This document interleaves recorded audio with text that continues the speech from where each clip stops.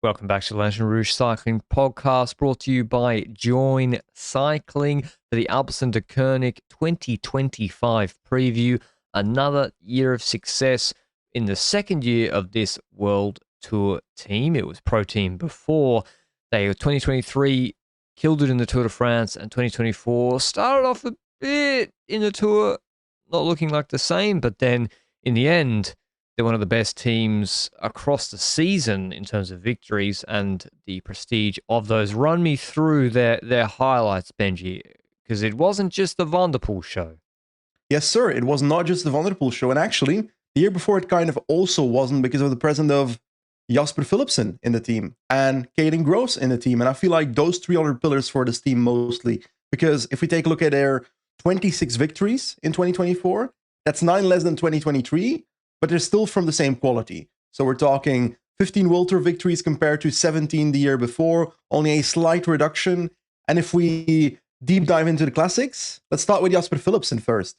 Winning Milano-San Remo, yes, it definitely helped to have Mathieu van der Poel in the team there, because without Mathieu van der Poel, I'm not sure Jasper Philipsen wins that race, to be honest.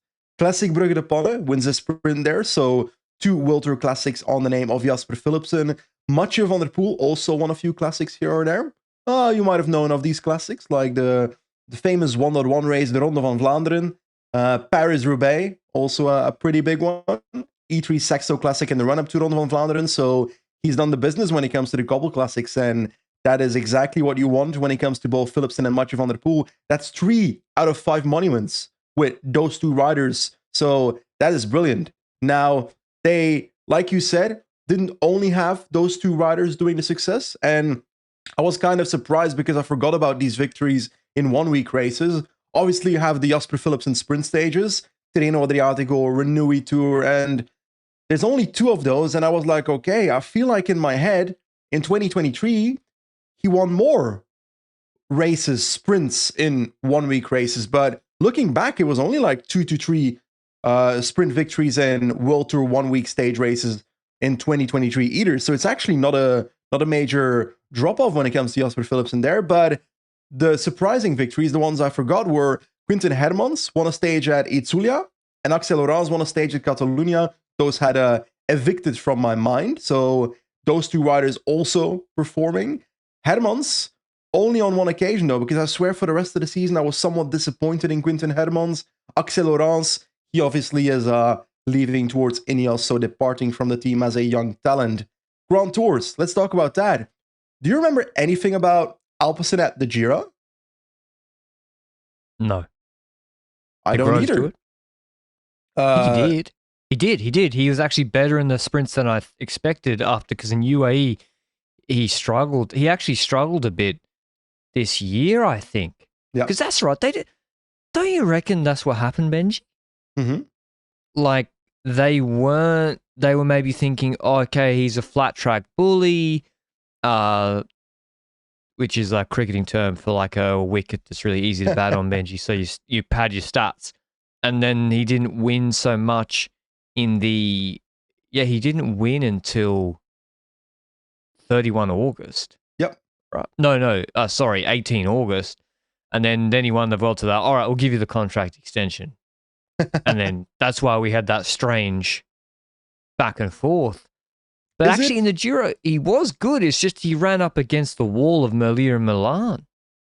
Yeah, just better sprinters. And like when it comes to Caden Groves, I was under the impression before this season that he was a versatile sprinter. That when it comes to flat sprints, he wasn't as good. But like you said in the Giro, he was better than expected in those flat sprints, because he did get 4 podiums in those sprints where I didn't necessarily expect him to get that. So props to him in that regard. But he's not a top sprinter in terms of can I beat the flat sprinters on the terrain. So that's where his deficit lies in those races. I do feel like in last year, he rode races like Catalunya and won races there.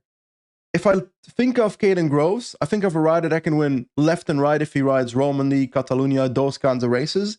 Do you think it's a mistake to not ride those races and choose to go to the likes of Paris-Nice instead? Or was there an injury that I'm not seeing on this list? I think it's tough to do 2 Grand Tours. So you can't give him too much of a heavy schedule around that. Yeah. So I think the big one that I think is a complete waste is UAE.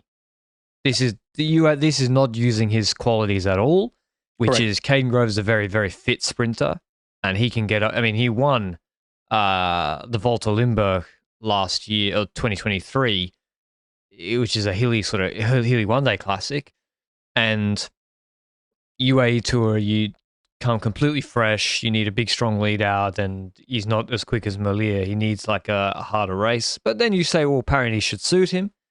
I don't know what happened there. But to be honest, yeah, I think you're right, Benji, that maybe I'll kind of send him to a few more hilly one-day races, actually. I get that. I prefer the idea of 1 week stage races with versatile sprinting opportunities than a hilly one-day race, because there's just more opportunities in that race for him to get that victory. And in a hilly one-day race, every team that shows up has perhaps a rider that can compete, while in a versatile sprint in a 1 week race, half of the teams might be focusing on GC, so maybe there's only 4 real competitors for that sprint. So I feel like that might be the better option, but then schedule-wise, I'm not sure which one would have fit in the schedule to begin with. And like, yeah, Paris-Nice, he DNFs after 4 days, but in the first 2 days, he's not really promising either, while the parcours would suggest he could top 3 these kind of sprints. So maybe he just didn't have it in early March. That's also a possibility, and why those victories aren't necessarily there. But we got to give him his success and his props for the Vuelta, though, because the man shows up and ends up with 3 stage victories. And Wout van Aert is also present in that race, so he's beating Wout van Aert in certain sprints here as well. So the man performed, and he ends up getting the green jersey, right? I don't have it in my notes, but I think so. After Wout van Aert dipped out? Yeah, he got it. So definitely a very successful Vuelta for Caden Groves. And then we come to the Tour de France. And I gotta say, when the Tour de France started, I was a little bit disappointed in Jasper Philipsen at the start in the first week. And that's partially because he crashed in one of the sprint stages, but also throughout the entire year, I felt like Jasper Philipsen was missing a few percent compared to the year before relative to the competition. Because he was dominating sprints in 2023 left and right. And in 2024, that was not the case. Is winning 3 stage victories by the end for Jasper Philipsen then a saving to a season? Would you say that? Yeah, of course. 3 Tour de France stages. It is. There's no way they ride on his goals to win 5 Tour de France stages. I mean, maybe they did, but like 3 Tour de France stages is ridiculous. Definitely the frustration was building in the first week with a couple of seconds. And you're right, Benji. It's like Cav straight up cleaned him in that first sprint. It wasn't like he was boxed in. He got bang onto the wheel of Cav. It was there. And it reminded me of the UAE Tour sprint where Cav dusted him in 21 and then dusted him in the Tour de France sprints. And so he was definitely a lot more beatable. For example, in a shoulder brace, you know, I think Merlier beat him more than he beat Merlier almost head to head. I would think so. Yeah. And like with Milan too in Tirreno. True. And in Renouille Tour maybe as well? Or was it a Belgium Tour? One of the two?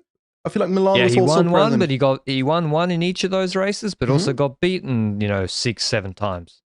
Exactly. So with Philipsen, I would hope that he's more consistent in beating those other riders, and that is at the end of 2024 why we don't have Philipsen as our best sprinter of the year. I don't have him and you don't have him. We have different opinions on who is the best sprinter. You went for Merlier, I went for Milan. But at the end of the day, our consistent opinion is that Philipsen is not it. And in 2023, he was it. So do we see that changing towards 2025 where Philipsen might once again find those few percentages and end up more consistently beating those other riders? Because like for best sprinter classification, we don't really care much about Milano Sanremo, no? Or do you care about that? Oh, it's hard. It's tricky. I think Sanremo, it's supposed to be the sprinters like classic. Yeah, not in the last decade. Back when Frère won it 17 times, but I don't consider it a sprinter classic anymore. Philipsen won it. Yeah, but Philipsen won it by being punchy enough and versatile enough to get over the climb in the second group, and Mathieu van der Poel to sit up with the front riders, for them to come back together, for Mathieu van der Poel to keep it together, for Philipsen to win. For me, that's versatile sprinter terrain to the point that 90% of sprinters won't be able to do that, which that's a plus when it comes to his capabilities of surviving stuff. And it's a big value for a sprinter, but I'm not looking at this and saying, okay, damn, his top speed there was amazing. Like, you know? Yeah, like if Bling slowly shut the door, he might have won. Should have won, actually, in that sprint. So you're right. I don't know the answer to that. It's horses for courses, how people wanna do it. But before we evaluate Van der Poel, a word on our show partner, Join Cycling. I had a nice reality check on when I was checking my Strava segment. I got the flat run down here, just in the front. I've got basically you can run all the way to Coolangatta and back. I've got loads of segments, and there's like a 3K segment on the way back. And I checked, and I ran it this year a minute per kilometer quicker at 10 BPM lower than I did. Ooh. So not all out, but I think I ran it like 6:15 pace last year and 5:15 pace this year, and 5:15 was 10 BPM lower. And now, of course, heart rate can vary with the temperature or how you feel, but still not that much. I couldn't believe it with the volume of training I've been doing. And then I went and looked on my intervals, and I saw my trajectory. And basically, by following the Join plan, my FTP builder and all my other plans, the whole time I'm kept in the like green zone. That where you're like improving, you're not overtraining, you're not doing too little, in the gray zone where you're getting too fresh. The whole time I'm on like minus 10, 12 training stress balance or whatever it's called, green. I don't really understand. And it's like, that's the magic of it. Just keeping me in check, not overtraining, doing enough. And schedule. Yeah, I really, if you look at my Strava, I don't train that much. And to be improving that much really, really surprised me. And I think that's thanks to Join, Benji. Do you have any similar stories? Well, I had a bit of a sad story at the end of 2024 where I got sick for 2 weeks. So I restarted training on the 30th of December, and I gotta say, the first ride I selected the workout that I was given by Join at the start of restarting was like an easy endurance ride, and I was shocked by how much the setback was from being sick. And then I've been training the Join rides for the last week and a half now to be able to get better and better. And after like 9 days already, I feel so much better than I did on the 30th of December. But I'm also nowhere near where I was in December. So I feel like I had a bit of a setback there, but I just need to keep grinding it out. And hopefully by the end of January, I'll feel like I'm somewhere where I was in December, so I can finally take on a bit of a challenge once again, because I'm not there yet. At least you're coming to Adelaide. Exactly. I'm terrified, actually. Yeah, Spanish girl hailed me down when she was convinced there was a brown snake in her car just over there. I was like, there's no snakes. It's like, snakes I'm actually not too terrified of in hindsight. It's the spiders, genuinely. I'm just laying in bed, and the next morning waking up and there being a spider in front of me, I will scream the house down. Nah, most likely it's gone in your mouth and you've eaten it. Oh, fuck off. In your sleep. We're not having this conversation. Was Mathieu van der Poel successful? Maybe he was.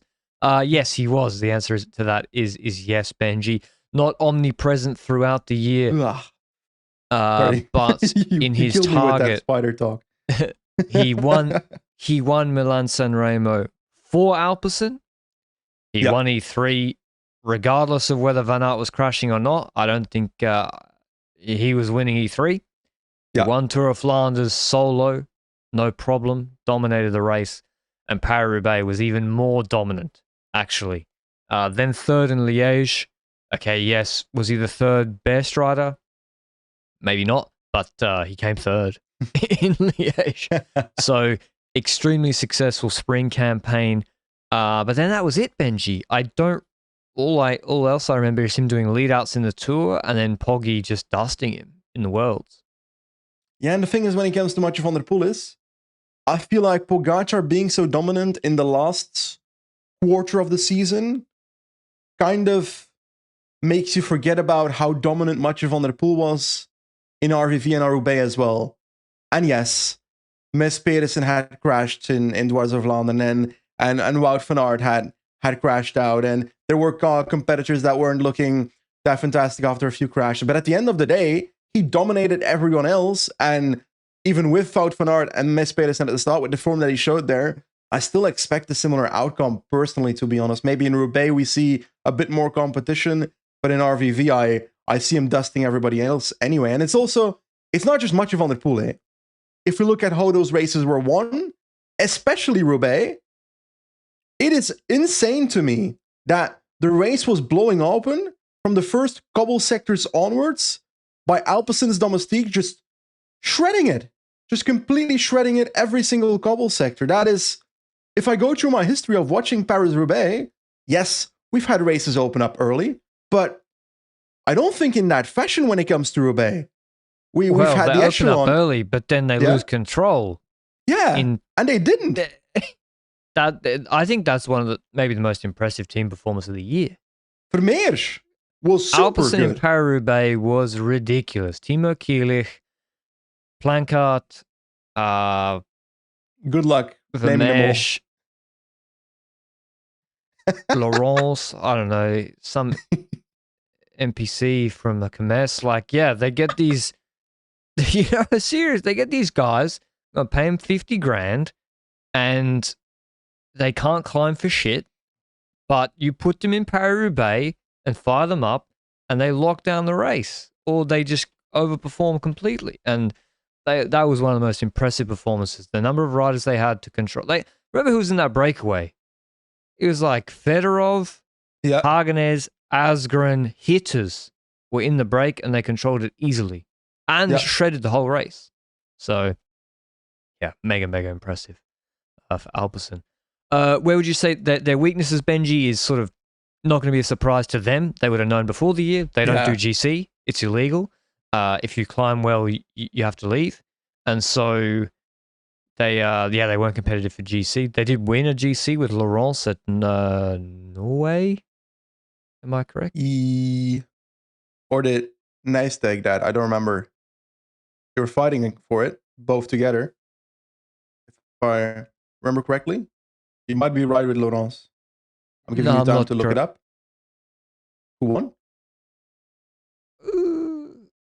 No, he won it. He won it. Okay. Which is, that's cool. And but they didn't win so many, and they won a couple of other one-day races with Van Tricht and Vermeersch. But yes, it's really the Monuments and the last two Grand Tours where they shined. GC, it's expensive to be competitive there unless you really know what you're doing, and they stay in their lane, and they've been successful in that. So it's not a criticism. It's just that is how it is. But okay, transfers. Yeah, sorry, Benji. I want to ask one more question. Let's say hypothetically, Jasper Philipsen falls off in the next couple of years. Is Groves enough to keep this team at the top, or do they need a secondary sprinter in that regard to? Because if one of the three factors drops out, how impactful is that? Well, obviously, if it's Mathieu van der Poel, it's very impactful. If it's Philipsen, I'd say it's also very impactful. Groves, I think, is impactful with the victories he gets, like 3 Grand Tour victories per year. I'm sorry, but there's not many riders that have that on their list every year. But he seems the most replaceable of the 3, you know? If you did a list of riders in the last 2 years with over 6 Grand Tour wins, they'd be Pogacar, Roglic, maybe. Not even a Vingegaard. Not even Vingegaard, and Groves, Philipsen. Yeah. It's a short list. It's a very short list. It's a short list, so... Milan? Yeah. Milan?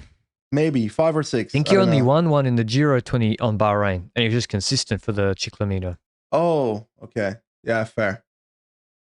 Yeah, you're right. Um, so yeah, I think, and on that point, Benji, I think Philipsen, he's not as important commercially as Van der Poel. Mm-hmm. But when Mathieu Van der Poel gives an interview saying, I don't like the Tour de France, when he hasn't won a tour stage since 2021, if I'm correct, on Motor Britannia, Yeah. he kind of is important, Philipsen, Yep. because he is giving you the Tour de France relevancy. You have no GC. Groves probably won't win 3 Tour de France stages. Yeah, like Philipsen's hugely important too.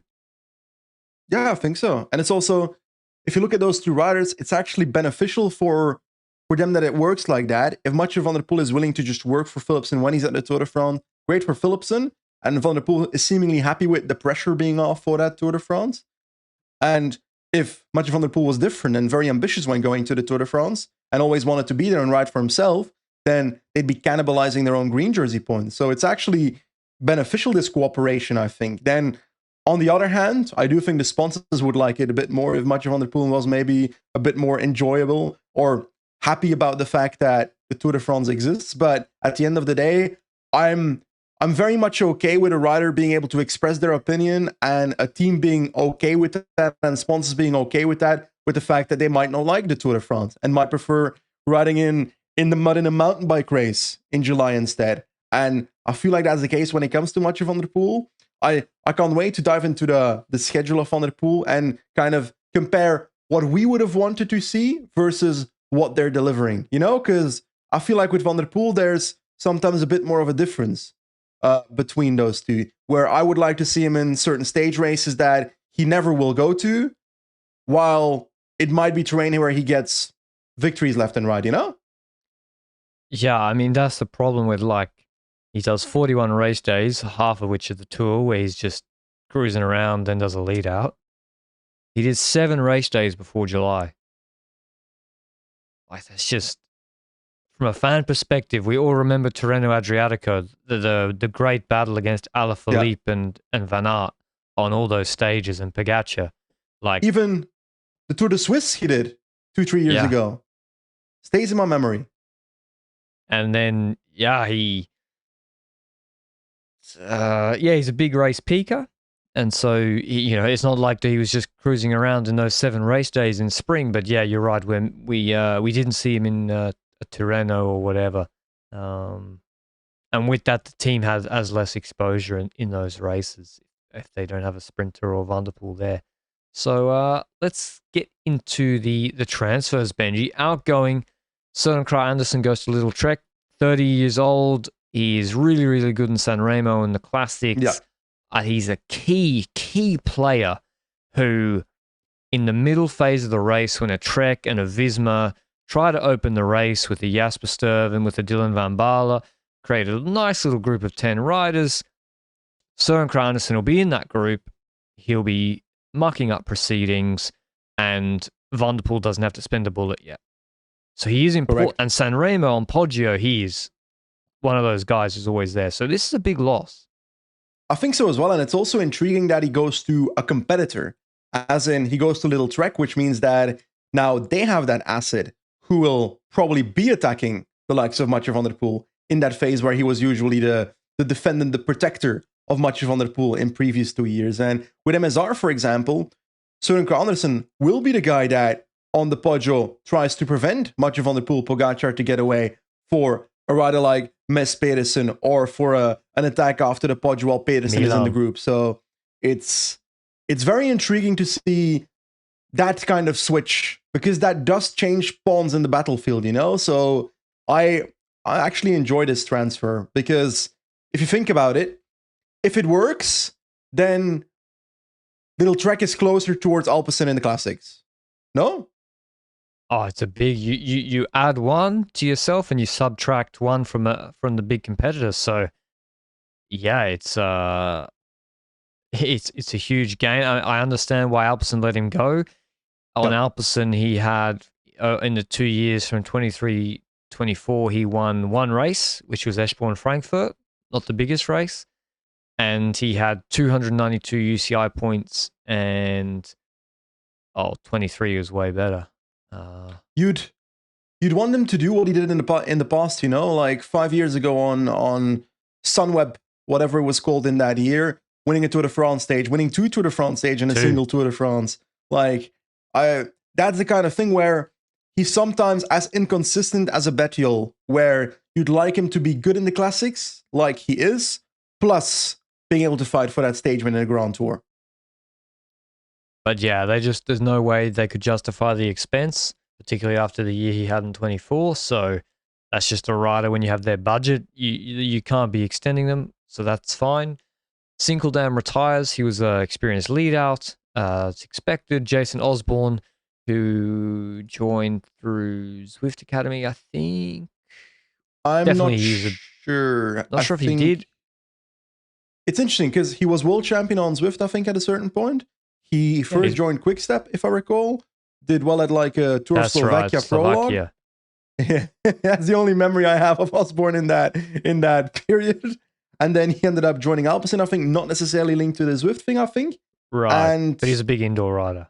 Yeah, was a big indoor rider, but it never really came out fully on the road. So, hey, at the end of the day, he's retiring, and I'm honestly not seeing it as a major loss for Alpecin. Maurice Ballerstedt is also departing. The gravel. He was a bit of a lead out type, I would say, for the team. And yes, he's going to do like independent gravel with like his own sponsors, if I recall. Senna Leijsen is also leaving the team together with Axel Laurens and Conchi. Of those 3, Laurens is the biggest loss, in my opinion. But I wouldn't underrate how decent of a climber Conchi was every now and then either, Yeah, Conchi was solid. Puncher in like on the minor calendar. But not moving the needle too much either. So Stana's pretty, not surprising. Laurence, I don't know. He both did perform. He did what he needed, Benji. Like as I said, he won Norway. Yeah. He won a Catalunya stage. But I also didn't see like a big step up at World Tour level that made me think this is like the next big Ardennes talent either, if that makes sense.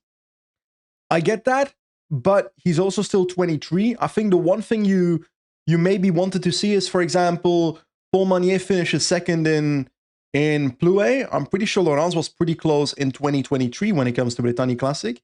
But this year, that whole period of Bretagne Classic, Quebec, and so forth, where you'd like to see a Laurens do well, didn't really work out. And he really kind of only came through in the pro races at the end of the year, where he gets like top 15s in the Veneto Classic and so forth. So you'd want to see more in that last 2 months of the year if I have Laurens on my team.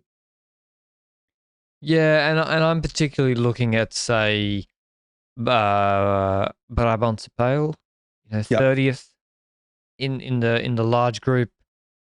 It's fine, like as a one-off, but then like Eschborn, Frankfurt, also at the back end of the group. Maybe they're going for somebody else. I don't know, but just not consistent. Maybe he's really good in the puncher sprints because he beat Mads Pedersen in Bessèges uphill.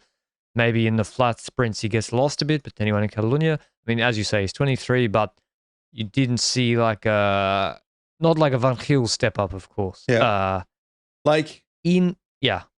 I want to see Laurens start next season in bloody Bessèges for all I care, and show up and be competitive against Pedersen on that little like 1 kilometer climb finish, something Garde, I think, Bellegarde, something like that. I'm not sure what it's called. Like in that stage, I want to see that kick off for the start of the season for him, because those are the kind of finishes. What? He beat him on Plateau de Castellas, 1K 9% this year. Really? I did not remember that. Me either, I checked it just then. But Bellegarde might be different. Maybe it's the same. But just send him again. Ganna said he's going, so send both. Have a good time. Incoming, Simon De Haes. He's already he's a classic sprinter, so they keep bringing in the sprinters. They got Plowright, who's already winning minor calendar races. Is this the Alpecin sprinter that maybe 2 years ago, maybe I think 2023 started the season, maybe a Lula Tour, where he got close to beating or beat Groenewegen in a flat sprint? Am I making shit up? 2023 started the season? I think you are. No, you're not. 2022? 2022. I mean, not close. He came seventh in a stage, but still. Yeah, he was. I had him beating Groenewegen in my head. Yeah. You're thinking of like when, I think you're thinking of like Varenskjold. Yeah, probably. And my dude got seventh. I remember. I've been looking at Milan all off season, and then Groenewegen was still in good shape, and then Milan. No, he was supposed to be leading out Rajovic. No one really knew that much who he was outside of Italy, and then on the other stage, he just got in the right slot, hit Groenewegen's wheel, and just went boom past him. I actually went fuck. Everyone knows he's good now. Simon De Hez did not do that. Benji imagined he did. But maybe close enough. He got 7. Come on. Do they do the desert races, Alpecin? I think they do UAE. I don't know. I don't think so. Well, he must have, because Alpecin did Saudi because he went there. Yeah, I think they do. Anyway, he's a big sprinter. He's like a flat sprinter only type operator. Won GP Rick van Looy this year. He beat Teutenberg a few times in like in Olympia's tour and here and there. Good in GP Dunat, top 10. He's just another one of these Belgian sprinters that they're going to develop. He's going to perform.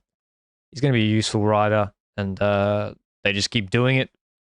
Price Pedersen, they bring from Bahrain Victorious. That was always a very, very strange signing for him. He was an elite time trial rider in U23. I think he's lived in a house with Mikael Bjerg and Matthias Norsgaard, and they spent 7 years in U23 doing time trials. And then he went to Bahrain, who don't have a good time trial setup. So maybe they see him to control classics. He can do that, ride at high pace for a long time.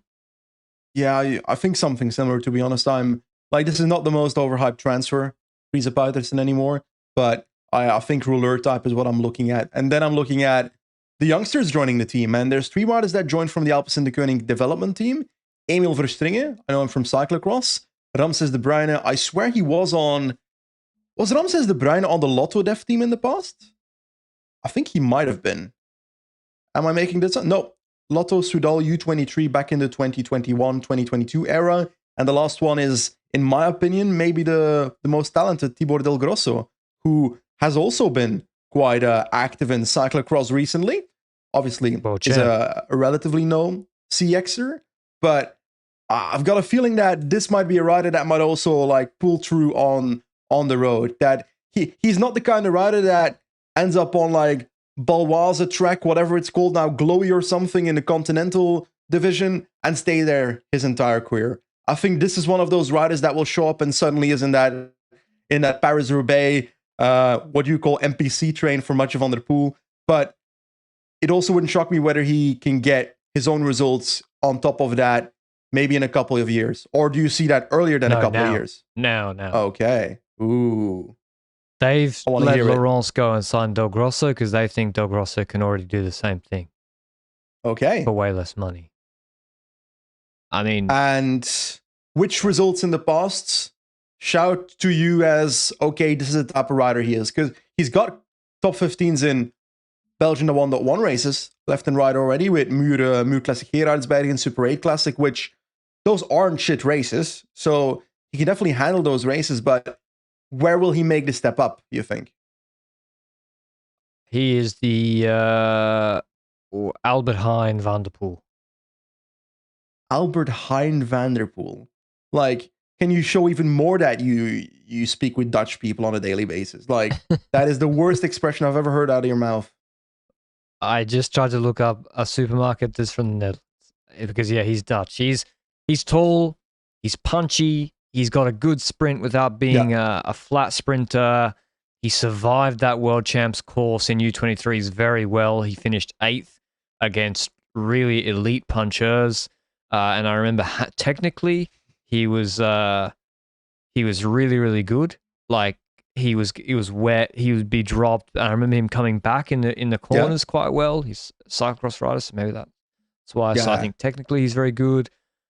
Yeah, he's already got results in pro races. So it's 15th in Super 8 Classic. It's a hard race. Won the prologue in Austria in a .2. I think he's ready to perform already. I think the next step is kind of maybe already in the first half of next season, winning races like Jelte Krijnsen did. You know, it's not the same exact Volta rider NXT type. Classic. Yeah, those type of races is I think the next step, because if you are top 15 in one classics now, next year I want to see you compete for the victory in them. He will, yeah, he will. Nice. The string is a GC rider, right? Actually, I'm not 100% sure. I think he also has a cyclocross history, if I recall correctly. I might be completely wrong in that. But in Avenir, wasn't he in like maybe a breakaway on a mountain stage? He was in the thing. He was in the Darren van Beckham, Joseph Blackmore time, and I think he's a climber. I think so too. So they're not gonna extend him for 2027. Well, Tobias Beyer is still on the team, so it depends on how successful you are. Don't get too good, Emil. Don't get too good. You won't be. That's not allowed. He's a climbing prospect. I think he also looks quite good and talented. The sort of surprising one, Benji, is Gal Glivar. He was on the UAE development team, and we got to do something about Alpecin Deceuninck stealing from UAE. The balance of power seems to have shifted. Now, he was like a fourth year U23. He didn't have the best results. He had results, like he was 5th in Crow race last year. He was 3rd in Lombardia U23, 7th in Gent-Wevelgem.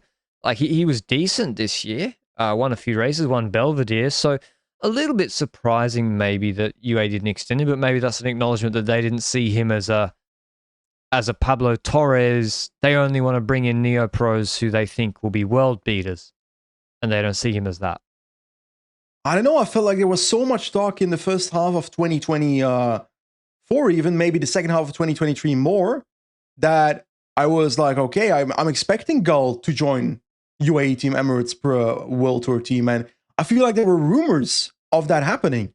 But then the sudden switch up to Alpecin kind of caught me off guard. And if I had to specify what rider Glivar is, then I'm leaning more towards like punchy type, like a puncher type, because throughout his results, throughout the entire season, we've got him getting close on like punchy sprint finishes, punchy finishes, stuff like that. Maybe a versatile sprint being in the top 5. So I'm leaning more towards that at the moment. But do you see anything different in him? Yeah, he just seems like a decent all-round rider. Now, if you've been results in U23 in your 4th year of U23 matter a lot. They're not as impressive as if you're 18, like Vidar, like what Vidar did this year. Mega impressive in U23s. But still, like, they signed Julius Johansson. Yeah. It's not like every rider they sign is a world beater. You can't sign 30 guys who want to win the Tour de France. It just doesn't work. So maybe there was they had a vision for Glivar. You want to do this, and he has a different vision for himself. Because at Alpecin, Benji, there's opportunities at Alpecin Deceuninck compared to, and this is like what we just mentioned. Compare the two teams. UAE goes to every single World Tour stage race with 2 riders that can win. Yep. Every single World Tour stage race. Alpecin Deceuninck go to half the World Tour stage races with no sprinter and all of them with no GC rider. Yeah. And so if there's a chance to go on a breakaway, this is the type of guy this is, the Giro, for example. Yeah. Why would he not do the Giro and go on the break? Because he's sort of an all-round guy. Or, well, you would expect Gross to show up for the Vuelta again for the hilly sprints.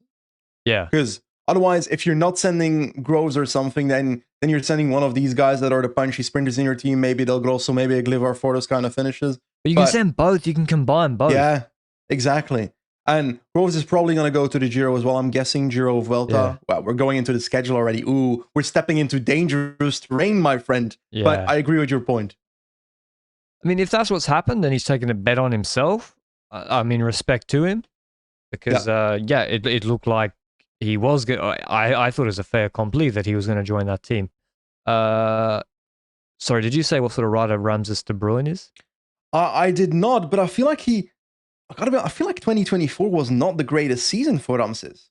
I'm also looking back at his results, and the only thing that really stands out is 12th at Druivenkoers Overijssel, which we, let's be honest, consider a monument.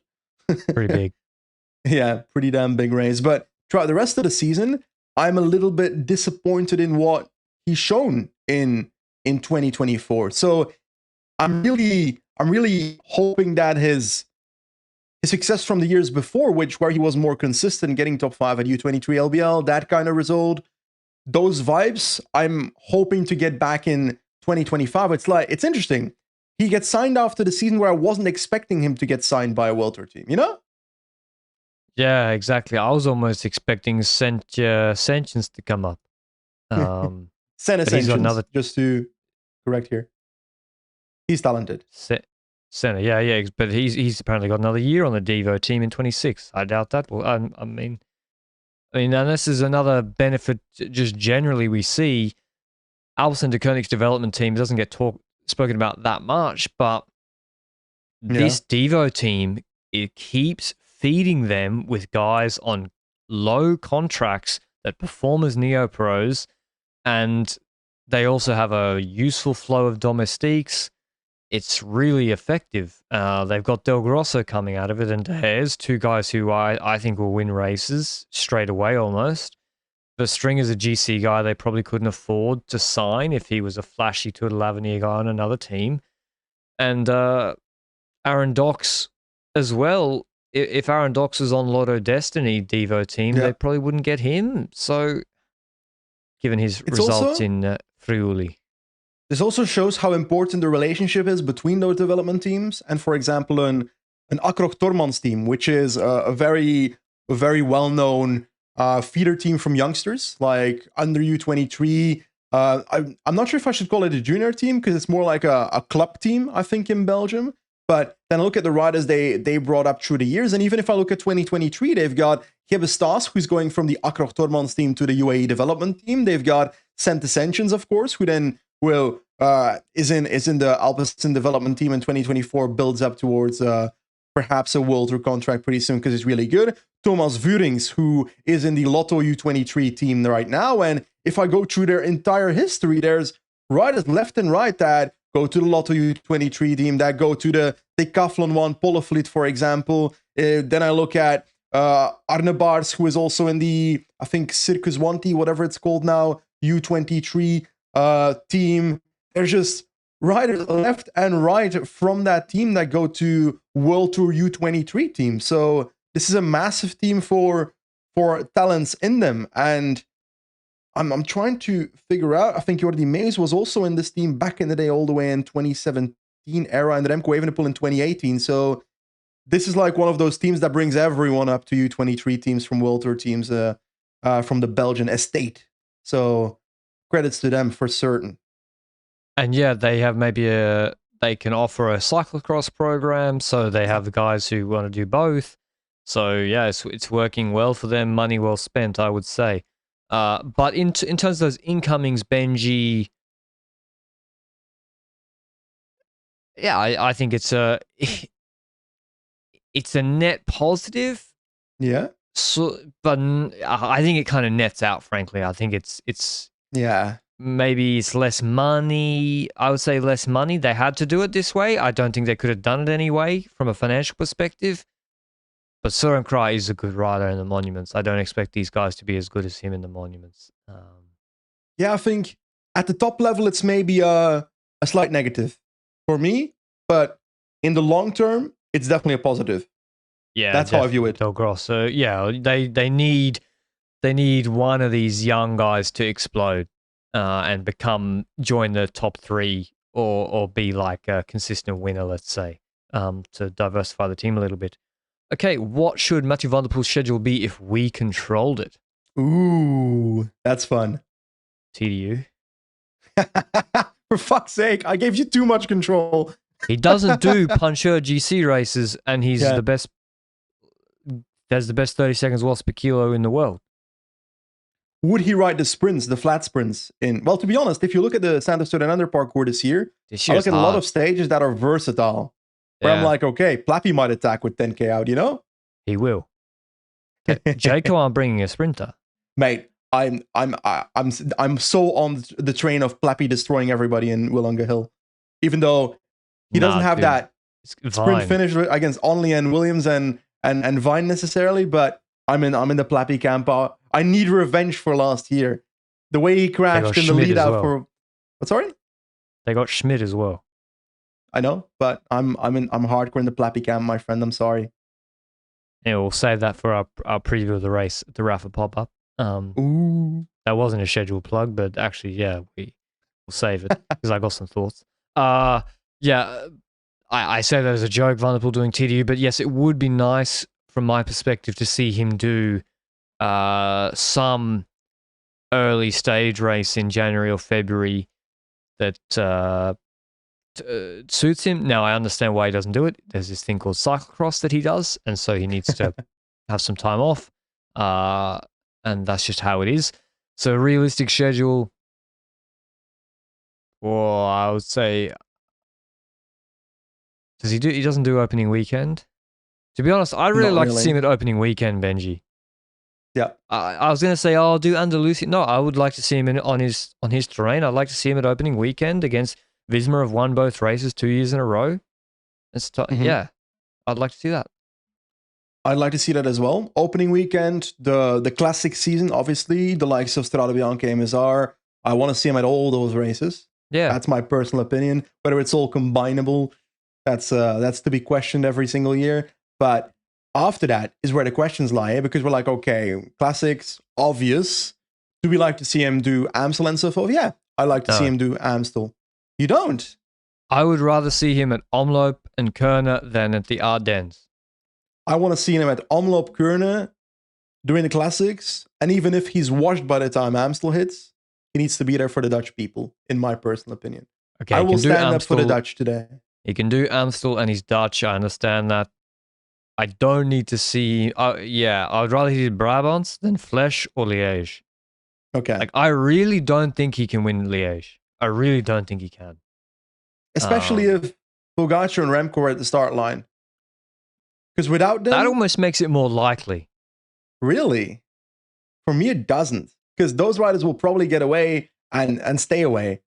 He needs a race where some weird shenanigans happens and two people look at each other and the group behind might come back. That kind of vibe. But he's in the group behind the group behind. Yeah. But he descends to the group behind. But he was in the group behind the group, and because Poggy was so far clear, yeah, they didn't work together. Like, it was such a big group. You're right. That I think in actually a normal race, you have like a group of 3 or 4 or 5 of the he or she level guys, and they will actually cooperate to a certain extent or counterattack. But are we underrating the aspect of if Pogacar and Remco are not at the race, does the race even open up on La Redoute? Or does it wait until Rochefoucauld? Like in the past? Yeah, maybe. I don't know. And yeah, he comes back. But did that happen in 2020, no? When he and Moritz were behind? Yeah, but I would hope Van der Poel is better now. Yeah. Anyway, I would rather see him at Omloop, personally, because he's pretty good at Cobble Classics. And then, if he doesn't want to do the Tour, I don't want to see him in the Tour. Seeing Van der Poel at the Tour de France doing lead-outs, now it works for the team. You got to give him credit for it, like that he's willing to do that for Philipsen. It's a waste of... It's over half his race days this year doing that. To me, it's a waste of his talent. And I would rather see him... Like the Giro 2022 against Binny was really exciting, I thought. Everyone thought. So, but how do you combine that with the classics? Difficult. So, like the Vuelta suits him, but then how does that affect Worlds? I don't think he can I think Worlds is pretty tough for him. this year. I don't know. What is the... Like, I know you're one of the more recent additions to cycling, as in the 2018 era and so forth, but do you have any clue what year it was where Peter Sagan was in La Vuelta, and I swear he was doing some crazy descending from breakaways and so forth, and ended up winning multiple stages in I do know, that Benji. Vuelta? You do? I want to hear it. Because it was I'm pretty sure you know the stage where, thanks, Tom. You know the stage where... Is that a pizza? It's a pizza, yeah. I know. Does she deliver to the UK? Where Peter Sagan, where Wout van Aert had to chase Sivakov on the descent and Sepp Kuss did his thing in the Vuelta this year. Yeah. You know where Marc Soler attacked and Kuss had to chase? That stage was the one where Sagan attacked with liquid gas in the Nibali team. Oh. And they went crazy, I'm pretty sure, on super high speed. Yeah, 2011. Really high speed straight descent where Van Aert attacked and Sivakov closed him. That's where Sagan went. Is that?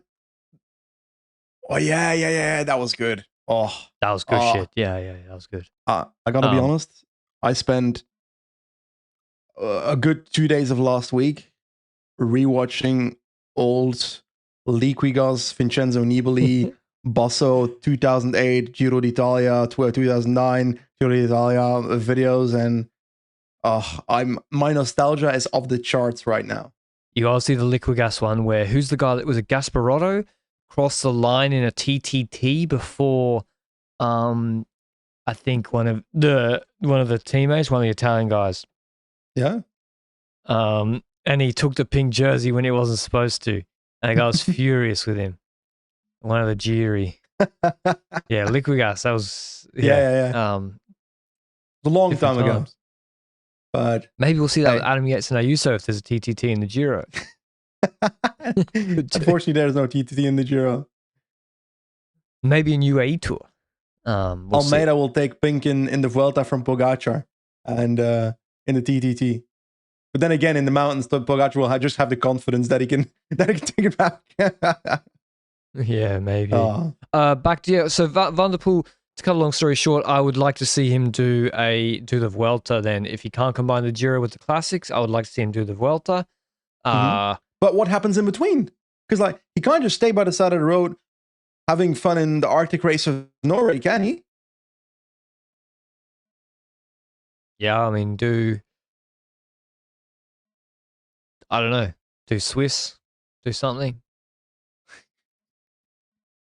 What's he supposed to do? Oh, I'm saying Tour Vuelta double. I'm sorry, buddy. Tour Vuelta double, chance. Get your race days up, buddy. No chance he's going to do that. Sorry, buddy. It's literally the question if we controlled it. So sorry, Mathieu, but your opinions are irrelevant now. What about Worlds? How do you see that? If Zurich is too hard for him against Poggi, I don't see how Rwanda is any different.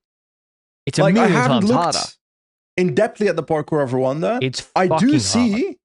that it is the kind of parkour where the in the middle of the race there's the big mountain and all the rest are like circuits with smaller mountains, but it's a consecutive of those mountains that make it super hard. God, I want that pizza. What was I talking about? I don't remember. Yeah, that's 4,500 meters climbing. Oh yeah. All over 1,500 meters altitude. Yeah, that's pretty hard, eh? So I don't see it. I don't see it either. But it's in Rwanda. Maybe Poggi. You can't just base your whole season. I won't do Worlds because one guy will turn up. So he's still going to do it. Philipsen's going to do the Tour de France. He's going to do San Remo. He's going to do the same schedule. I don't see why you change it. Groves Giro Vuelta. And then Del Grosso, send him to the Ardennes. And that's the advantage they have, is that guys that want to have their own opportunities, Alpecin Deceuninck can provide that, because there's a whole lot of one-week stage races we didn't just mention where you can go on a breakaway or do whatever you like. Versatile sprint stages in Normandy, Catalonia. Yeah. So just send Van der Poel to the stat padding schedule. He won Luxembourg, did he? Or stage? Who? Van der Poel, he won before Worlds. He did Luxembourg, and he came second on GC actually. Hirschi? No, Hirschi was shit at that race. Tiberi won. Tiberi went Oh clean. yeah, that was a good race actually in hindsight. That was actually the final stage around is actually very, very good. The one Gadu won. So, how many World Tour victories, Benji? This year they had 15. So, think about this. I feel like more people are going to show up for the Tour de France in terms of top sprinters. In my head, I feel like that. My camera just died. So, I'm going to need you to take a second to take over. Oh, no, just how many victories, going. bro? I'm going to go for